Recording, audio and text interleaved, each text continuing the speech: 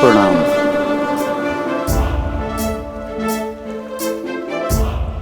प्रणाम विष्णुदेव। कल्याण हम सबकी रक्षा कीजिए प्रभु। मैं ऋषि दुर्वासा आपको शाप देता हूं। इस धृष्टता के दंड स्वरूप आप श्रीहीन हो जाएंगे।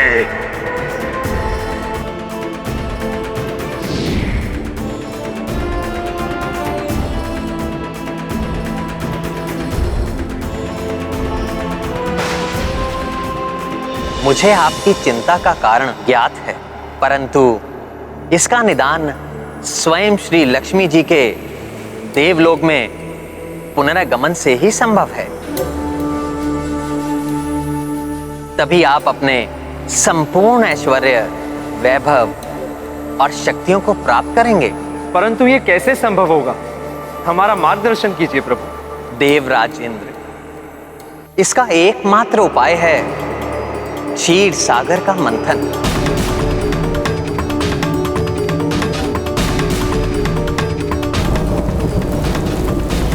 जिससे आप अनेक दिव्य एवं बहुमूल्य निधियों के साथ अमृत भी प्राप्त करेंगे। आप अमरत्व के भागी होंगे। हे प्रभु, आपके आदेश का पालन हम सभी देवताओं के लिए परम कर्तव्य है। देवलोक पर छाए संकटों के बादलों से उसे मुक्ति दिलाने के लिए हम हर संभव प्रयास करने के लिए तत्पर हैं। परंतु प्रभु, क्षीर सागर का मंथन कैसे होगा? क्षीर सागर का मंथन इतना सहज नहीं है देवराजन। उसके लिए आप देवताओं की उपस्थिति पर्याप्त नहीं। इसमें असुरों और दैत्यों का सहयोग भी चाहिए।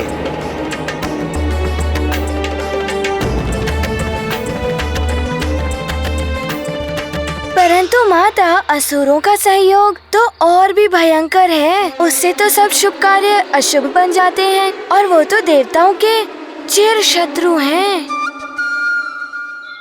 वो देवताओं की सहायता क्यों करते भला? ऐसे ही अनेक प्रश्न भी देवताओं के हृदय में भी थे।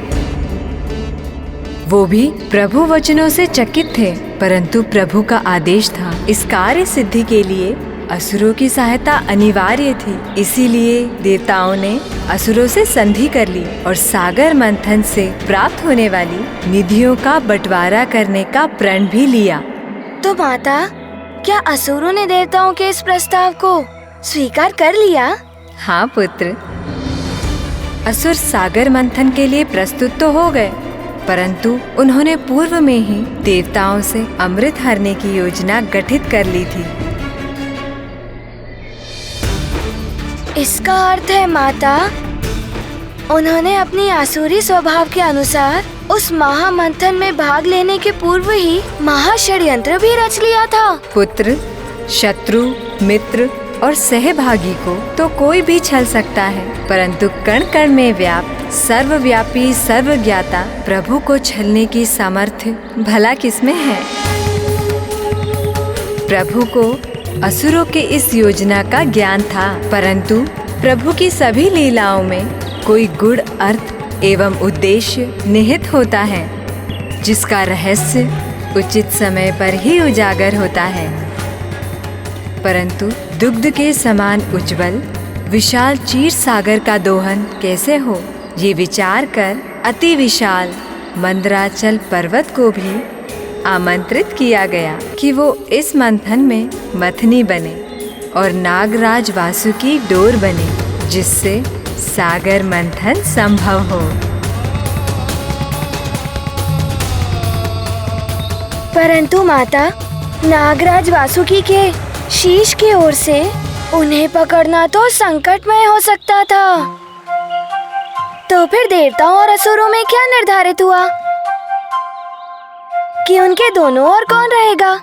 तुम बहुत बुद्धिमान हो हनुमान, ये सत्य है। नागराज वासुकी के शीर्ष की ओर स्थित होने से मंथन प्रक्रिया में नागराज के मुख से प्रवाहित भीषण विष देवताओं को आहत कर देता, परंतु उन्हें ज्ञात था कि सरल आग्रह से असुर नागराज के मुख की ओर रहने के लिए कदापि सहमत नहीं होंगे। माता, इस संकट का समाधान कैसे किया देवताओं ने? शीघ्र बताइए माता, क्या हुआ? प्रभु विष्णु जी के सुझाव पर देवताओं ने असुरों से कहा कि श्रेष्ठता के अनुसार उन्हें नागराज के मुख की ओर रहने का अधिकार है।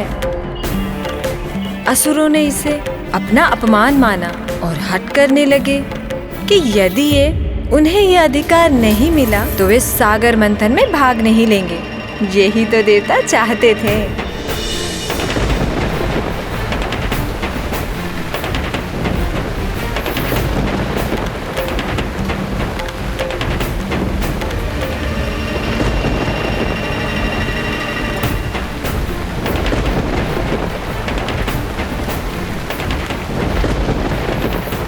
देखा, हमारी विजय हुई। नागराज वासुकी का मुख हमारी ओर ही आया।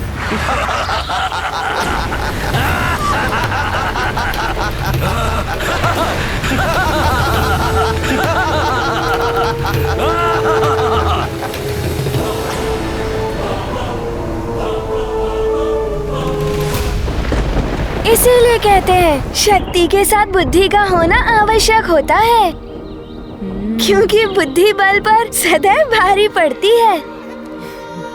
परंतु माता, ये सब नियत होने के पश्चात क्या हुआ? फिर वो दृश्य उत्पन्न हुआ जिसका शब्दों में वर्णन असंभव है। देवताओं और असुरों ने मिलकर क्षीर सागर का मंथन प्रारंभ किया। महानतम बलि की, महानतम बलि की, महानतम बलि की।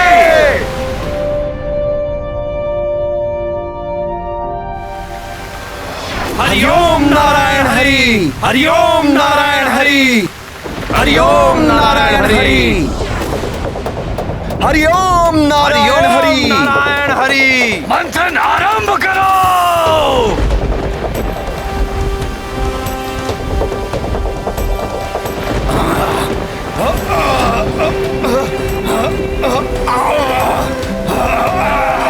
और बढ़ेगा। हरिओम नारायण हरि, हरिओम नारायण हरि, हरिओम नारायण, हरिओम नारायण हरि, नारायण हरि, हरिओम नारायण हरि, हरिओम नारायण हरि, हरिओम नारायण हरि।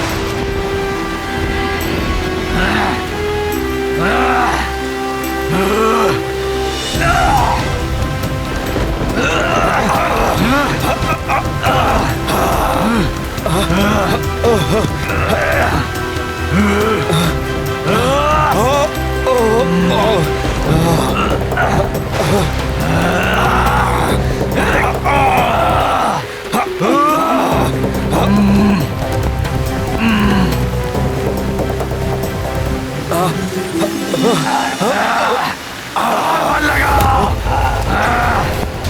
और बल लगाओ।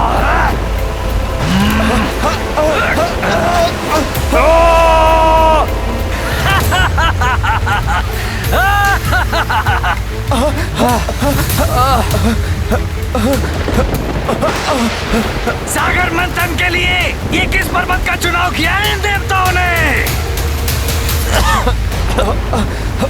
कोई और सबल पर्वत लाना चाहिए था जो जल में भी स्थिरता से रह पाता। दिव्य मंत्राचल पर्वत की सामर्थ्य पर संदेह उचित नहीं है।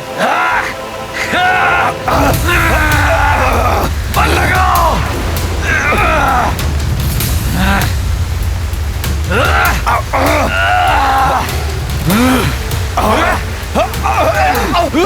वो जल निमग्न हो रहे हैं क्योंकि हमने इस क्षीर सागर के अथाह जल में उन्हें स्थित करने के लिए कोई ठोस आधार नहीं दिया।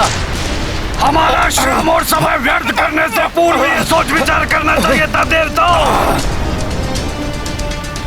पर दोष हमारा ही है। इन देवों पर विश्वास कर हमने घोर भूल की है। हरिओम नारायण हरि, हरिओम नारायण हरि, हरिओम नारायण हरि, हरिओम नारायण हरि, हरिओम नारायण हरि।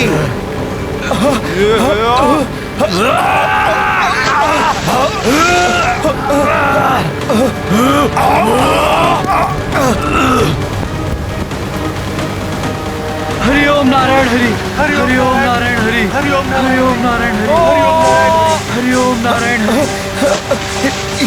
ये मंदराचल पर्वत तो क्षीर सागर में समाता जा रहा है।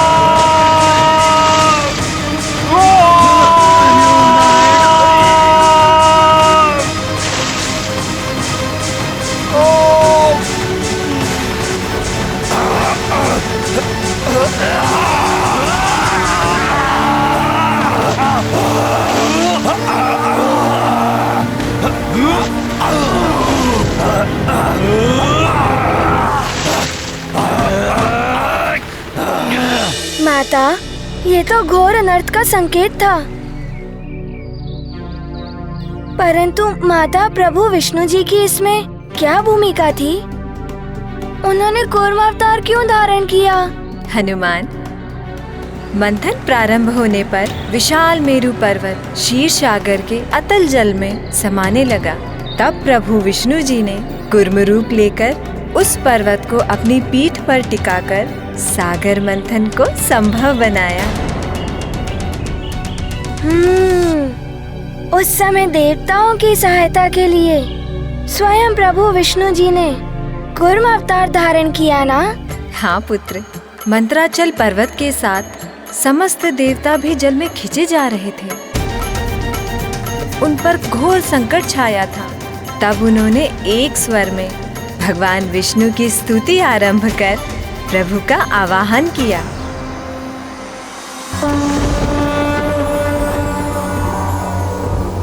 अजात जन्म सिद्धि संयमाय गुणाय निर्वाण सुभार्णवाय अणोरणिन्ने परिगण्य धाम्ने महानुभावाय नमो नमस्ते।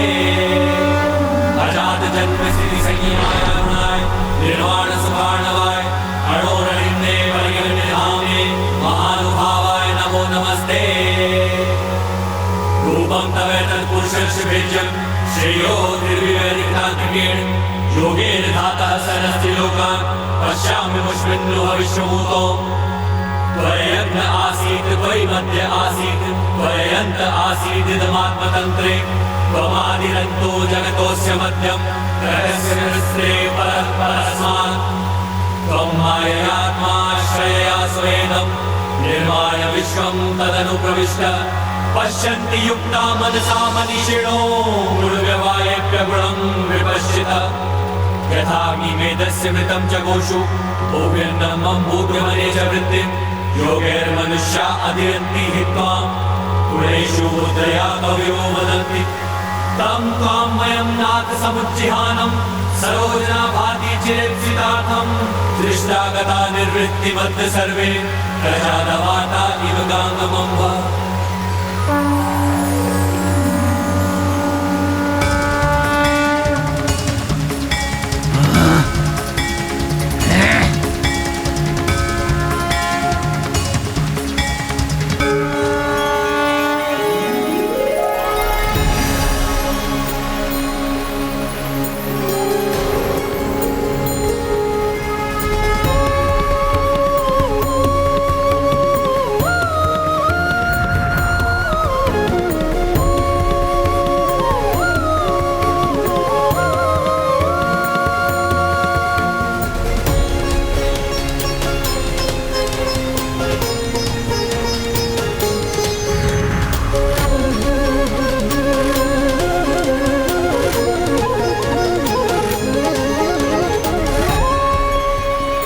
प्रणाम प्रभु नारायण।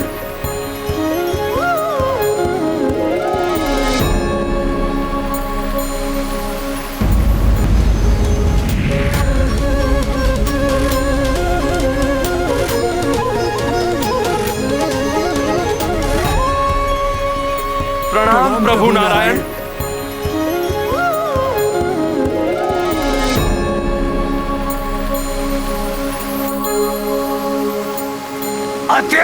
विचित्र बात है, ये कच्छप पंछियों की भांति आकाश में विचरण कर रहा है, परंतु देवता इसे देखकर इतने प्रसन्न क्यों हो रहे हैं?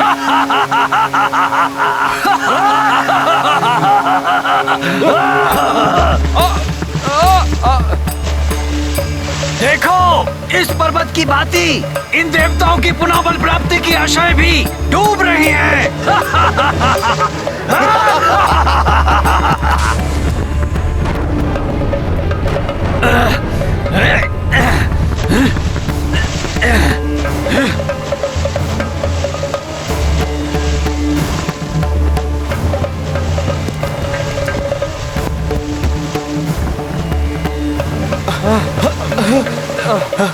मूर्ख है ये देवता, और उससे भी मूर्खतापूर्ण है इनकी ये योजनाएं।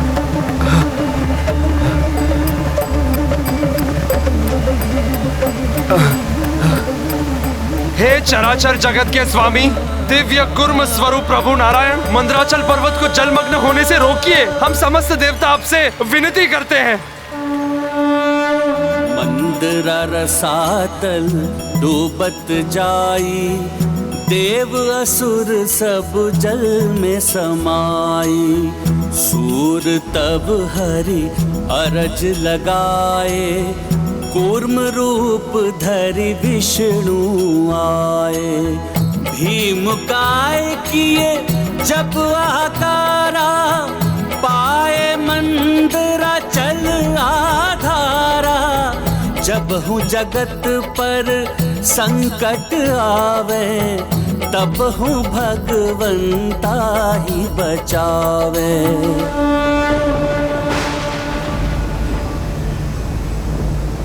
चलो यहाँ से, यहाँ हमें कोई सफलता प्राप्त नहीं होगी। चलो।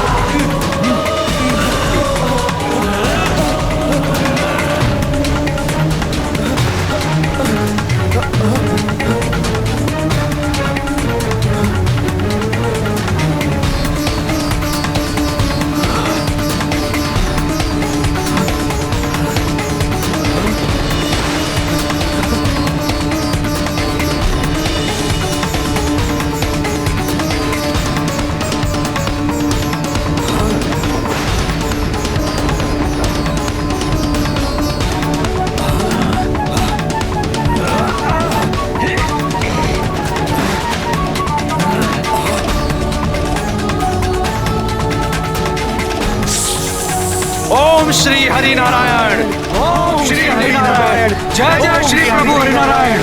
जय जय श्री नारायण। ओम श्री हरि नारायण।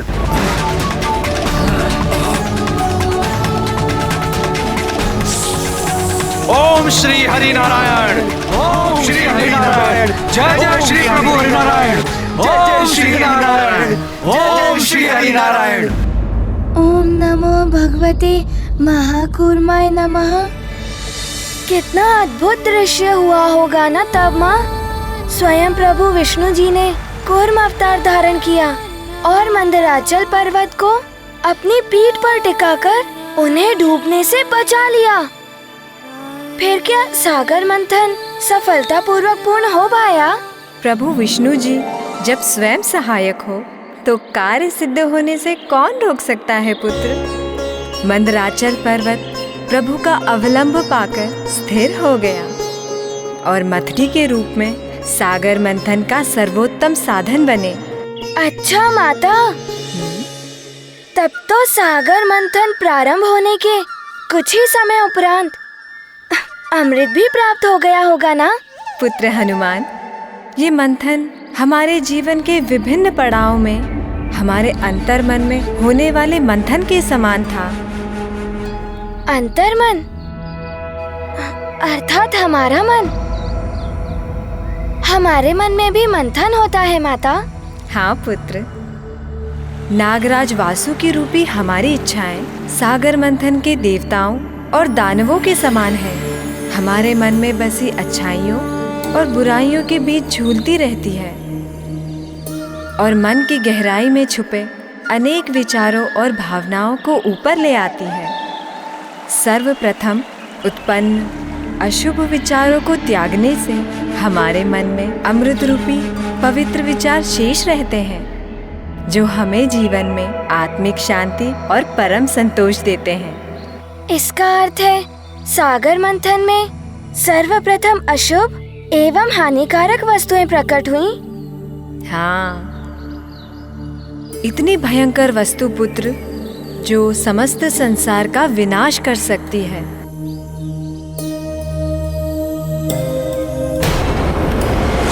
हरि ओम नारायण हरि, हरि ओम नारायण हरि।